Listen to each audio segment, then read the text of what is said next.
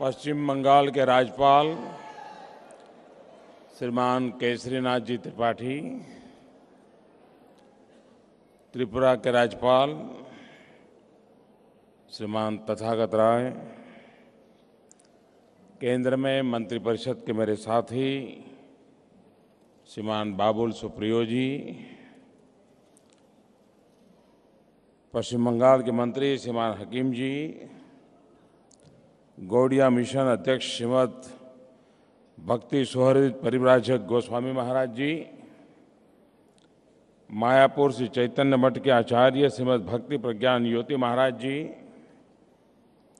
भजन कुटीर वृंदावन के आचार्य श्रीमद भक्ति गोपनंद बोन महाराज जी, देवानंद गौड़िया मठ के आचार्य श्रीमद भक्ति वेदांत प्रचटक महाराज जी, गौड़िया मिशन के सचिव भक्ति सुंदर सन्यासी महाराज जी, गौड़िया संघ के आचार्य श्रीमद भक्ति प्रसून साधु महाराज, नई दिल्ली के पहाड़गंज स्थित गौड़िया मठ के भक्ति विष्णु विचार विष्णु महाराज जी, सामवेदी गौड़िया मठ विजयवाड़ा के प्रभारी भक्ति विद्वग्धा भागवत महाराज जी और विशाल संख्या में पधारे हुए गौड़िया मठ के सभी अनुयायी भक्तजन,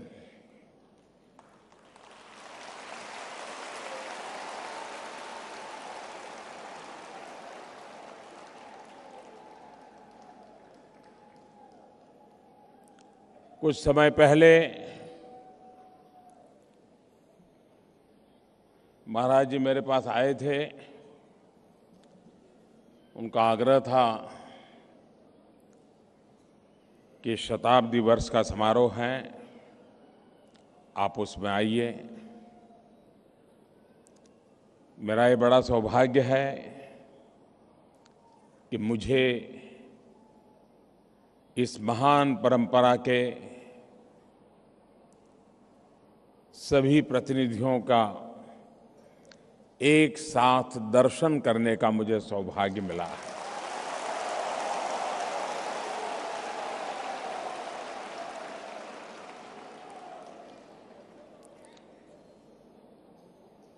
भारत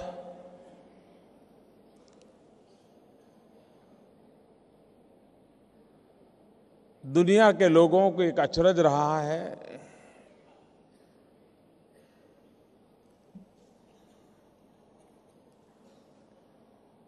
क्या कारण है इतने घाव और इतने आघातों के बाद भी यह देश आज भी खड़ा है?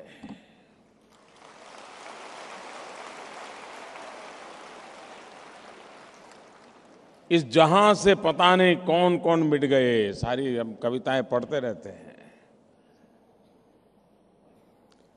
ये क्या बात है कि हस्ती मिटती नहीं हमारी।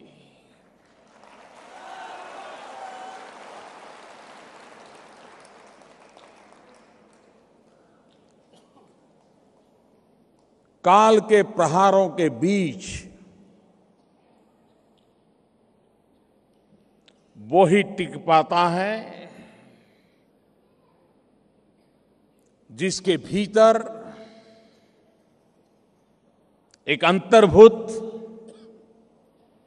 आत्मिक शक्ति होती है।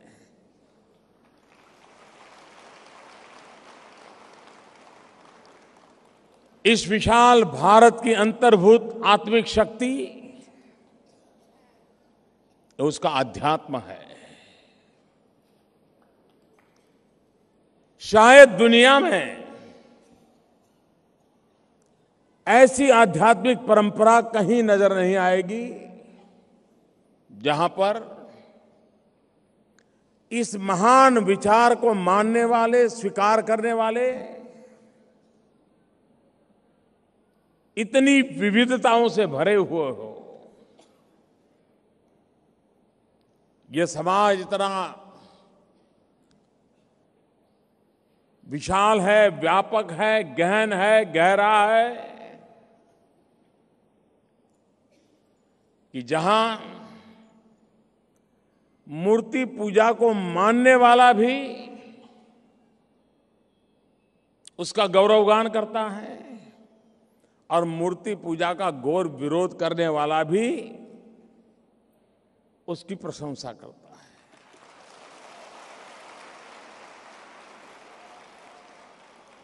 जो साकार को स्वीकार करता है वो भी इस राह पर चलता है, जो निराकार को समर्पित है वो भी उस प्रकार से चलता है। जो परमात्मा की पूजा करता है वो भी ईश्वर शिरोधार्य मानता है, जो प्रकृति की पूजा करता है वो भी ईश्वर शिरोधार्य मानता है। और ऐसी कौन सी ताकत है? वो ताकत पूजा पाठ सिर्फ नहीं है, सिर्फ ग्रंथ नहीं है, सिर्फ वाणी नहीं है। वो ताकत हमारी आध्यात्मिक चेतना में है।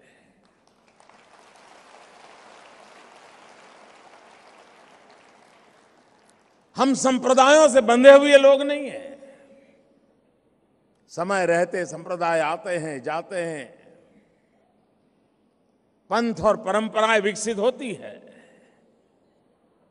लेकिन हम अध्यात्मता के एक अटूट नाते के साथ जुड़े हुए लोग हैं। और वही शक्ति है जो हमें सत्कर्म की ओर प्रेरणा देती है।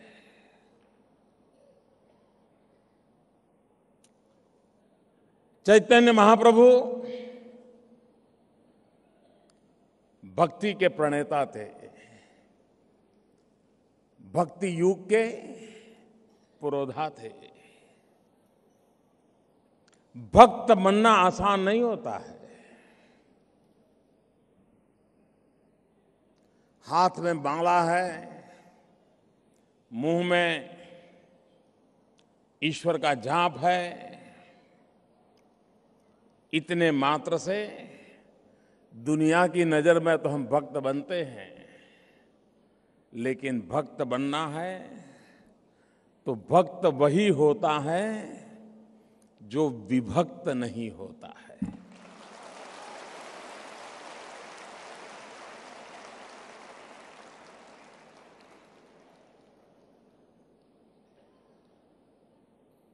जहां मुझ में और मुझको बनाने वाले के बीच कोई विभक्त नहीं है, मैं और वो दोनों ही एक रूप है, तब मैं भक्त बनता हूं। और चैतन्य महाप्रभु भक्त थे। जहां कोई विभक्त को स्थान नहीं था, वे कृष्ण में डूबे हुए थे, कृष्ण उसमें समाहित हो चुका था। और तब जाकर के ये भक्ति आंदोलन खड़ा होता है। भारत की विशेषता रही है कि अनेक आक्रांताएं, शासकीय व्यवस्थाओं में जय पराजय की घटनाएं घटती रही,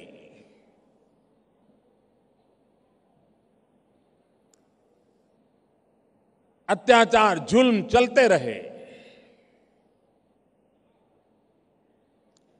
लेकिन उसके बावजूद भी देश की आध्यात्मिक धारा को खरोच तक नहीं आई।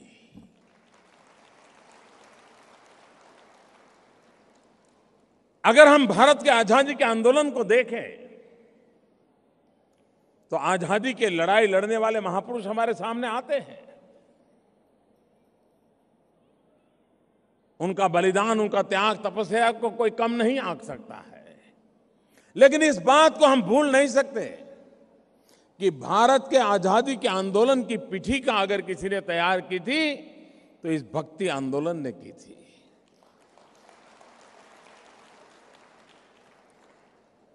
चाहे चैतन्य महाप्रभु हो, चाहे आचार्य शंकर देव हो, चाहे तिरुवल्लुवर हो, चाहे बसवेश्वर हो,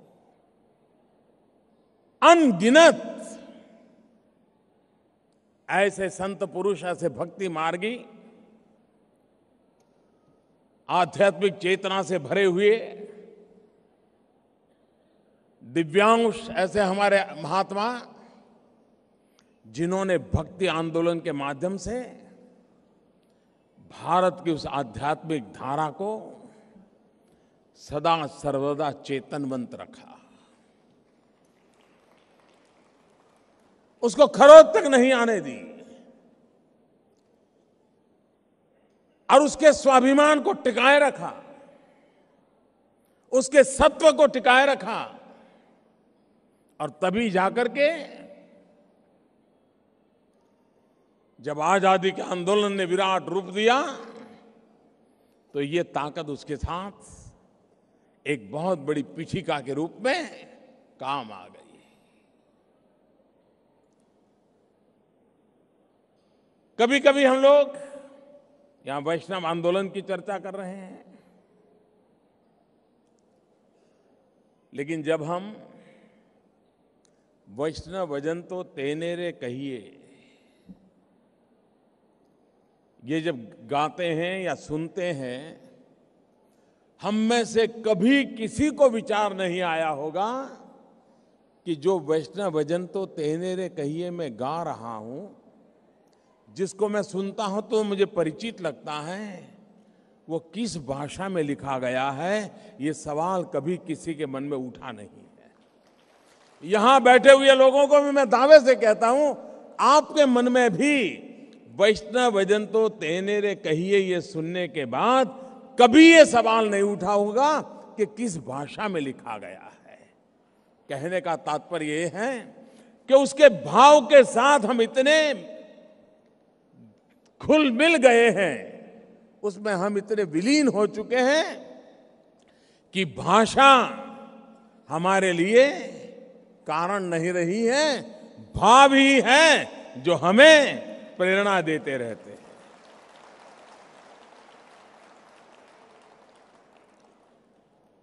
और ये वैष्णव भजन तो तेनेरे कहिए उसी कालखंड में लिखा गया जब चैतन्य महाप्रभु जिस आंदोलन को चलाते थे, गुजरात की धरती पर नरसिंह मेहता अस्पृश्यता के खिलाफ लड़ाई लड़ते थे और उन्होंने गीत लिखा और महात्मा गांधी को बहुत प्रिय था, लेकिन मैंने कुछ उसमें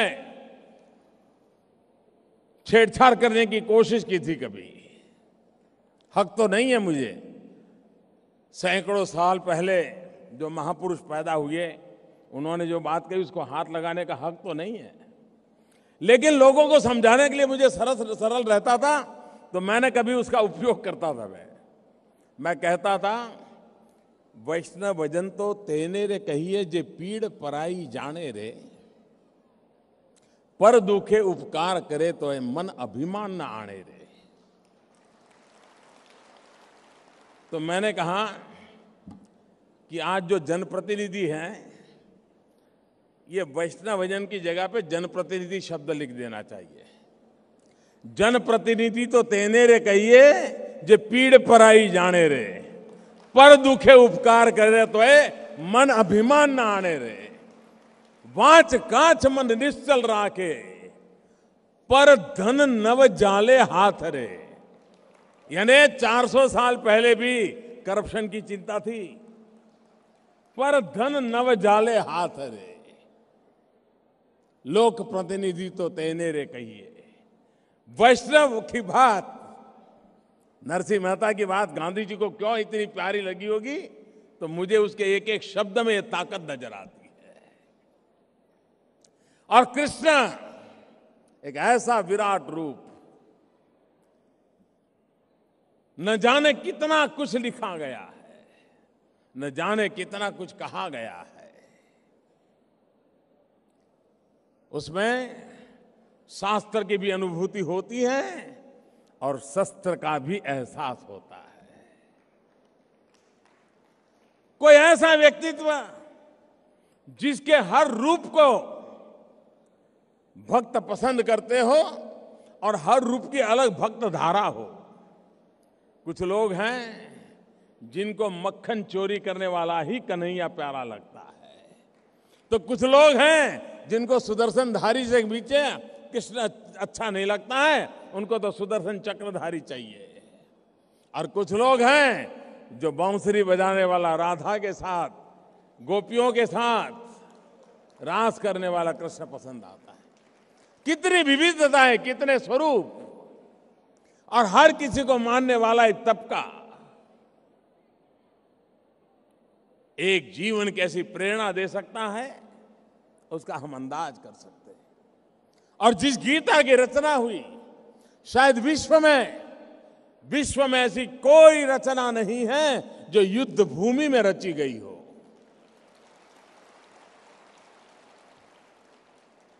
यानी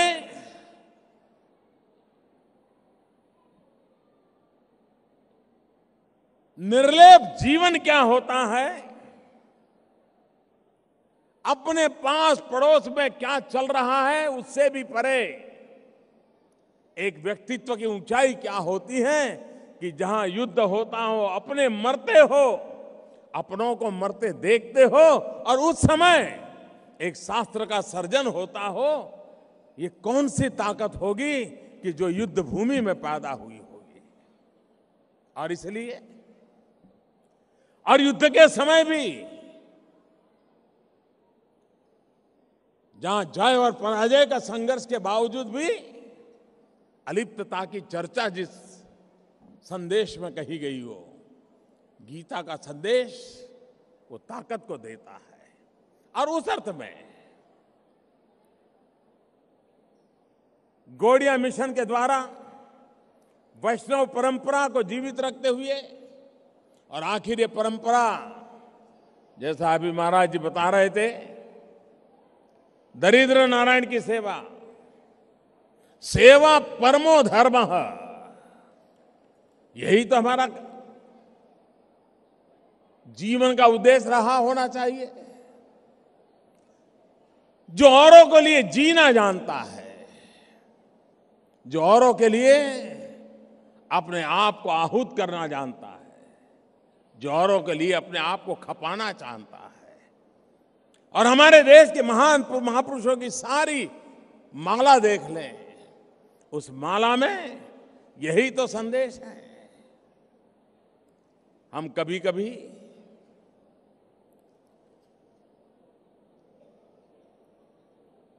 एक चिंतन सुनते हैं दुनिया में, लीव एंड लेट लिव, जियो और जीने दो।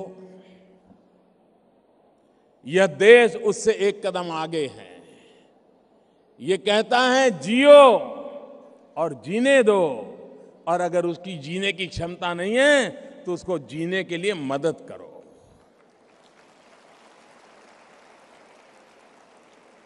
गुजराती में बहुत अच्छा शब्द है, जीवो अने जीवाड़ो। और औरों को जीने के लिए हम जो कुछ भी कर सकते हैं करें, सिर्फ उसको उसके नसीब पर न छोड़े। इस महान विचार और चिंतन को लेकर के हम निकले हुए लोग हैं। और वैष्णव एक प्रकार से विश्व को अपने आप में समाने की बात करता है। वसुधैव कुटुंबकम ये मंत्र उसी बात का परिचायक है कि जिसमें पूरे ब्रह्मांड को अपने में समाने की चर्चा होती है। ऐसी इस महान परंपरा को मैं प्रणाम करता हूं। दुनिया में समय रहते व्यक्ति में जैसे दोष आते हैं, व्यवस्था में जैसे दोष आते हैं, वैसे समाज में भी दोष आते हैं। बहुत सी पुरानी बातें समाज के लिए कालबाह्य होती है, और कभी कभी उसको लेकर के चलना समाज के लिए बोझ बन जाता है, समाज के लिए संकट बन जाता है। लेकिन बहुत कम समाज ऐसे होते हैं कि जहां अपने अंदर आ रही बीमारियों को पहचान पाए, अपने अंदर आ रही बुराइयों के खिलाफ आवाज उठाने की हिम्मत करें, और समाज में भी वो ऊंचाई देखिए कि समाज के भीतर घुसी हुई बुराइयों के खिलाफ लड़ने वालों को समाज आध्यात्मिक रूप में स्वीकार करता हो, उनकी पूजा करता हो। भारत में हर सदी में आपने देखा होगा कि समाज की कोई न कोई बुराई के खिलाफ हिंदू समाज में से ही कोई सुधारक पैदा हुआ, उसने उस समाज को रोका, टोका, बुराइयों से बचने के लिए, निकलने के लिए कहा, और प्रारंभ में उसको सहना पड़ा। यही तो बंगाल की धरती है। राजा राममोहन राय सती प्रथा के खिलाफ कितनी बड़ी लड़ाई लड़े थे। ईश्वरचंद्र विद्यासागर समाज की बुराइयों के प्रति कितनी जागरूकता लाए थे। ये हमारी सदियों पुरानी परंपरा रही है कि हर कालखंड में जब जब समाज में विकृतियां आई, समाज में दोष आए, बुराइयां आई, कोई न कोई महापुरुष निकला, इसी समाज में से निकला और उसने समाज को कोसा, डांटा, सुधारने का प्रयास किया और समाज ने उसको महात्मा के रूप में स्वीकार किया, महापुरुष के रूप में स्वीकार किया। दोनों तरफ ताकत नजर आती है। जो समाज सुधार को स्वीकार नहीं करता है, जो समाज काल बाह्य बोझ से मुक्ति पाने का सामर्थ्य नहीं रखता है, उस समाज कभी टिक नहीं सकता, जी नहीं सकता, न कभी प्राणवान अवस्था में रह सकता है। एक मुर्दे की तरह वो जिंदगी समय बिताता है। हमारे समाज में हर कालखंड में, हर भूभाग में बुराइयों के खिलाफ लड़ने वाले चैतन्य पुरुष मिले हैं हमें, और यही तो हमारी ताकत है। इसी ने तो इस समाज को चेतनवंत रखा है। और इसलिए गौड़िया संगठन, गौड़िया मिशन को शताब्दी का पर्व एक प्रकार से सामाजिक सुधार के आंदोलन की शताब्दी है।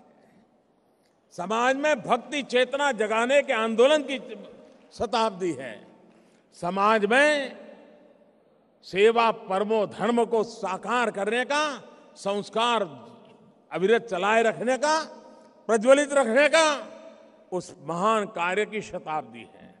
ऐसी महान व्यवस्था को, महान परंपरा को, इन सभी संतों महंतों की जिंदगी को, जिसके कारण ये सतत परंपरा चली है, मैं आदरपूर्वक नमन करता हूं। चैतन्य महाप्रभु का पुण्य स्मरण करता हूं। इस महान परंपरा के सभी योगी पुरुषों का मैं नमन करता हूं। आप सबका बहुत बहुत धन्यवाद।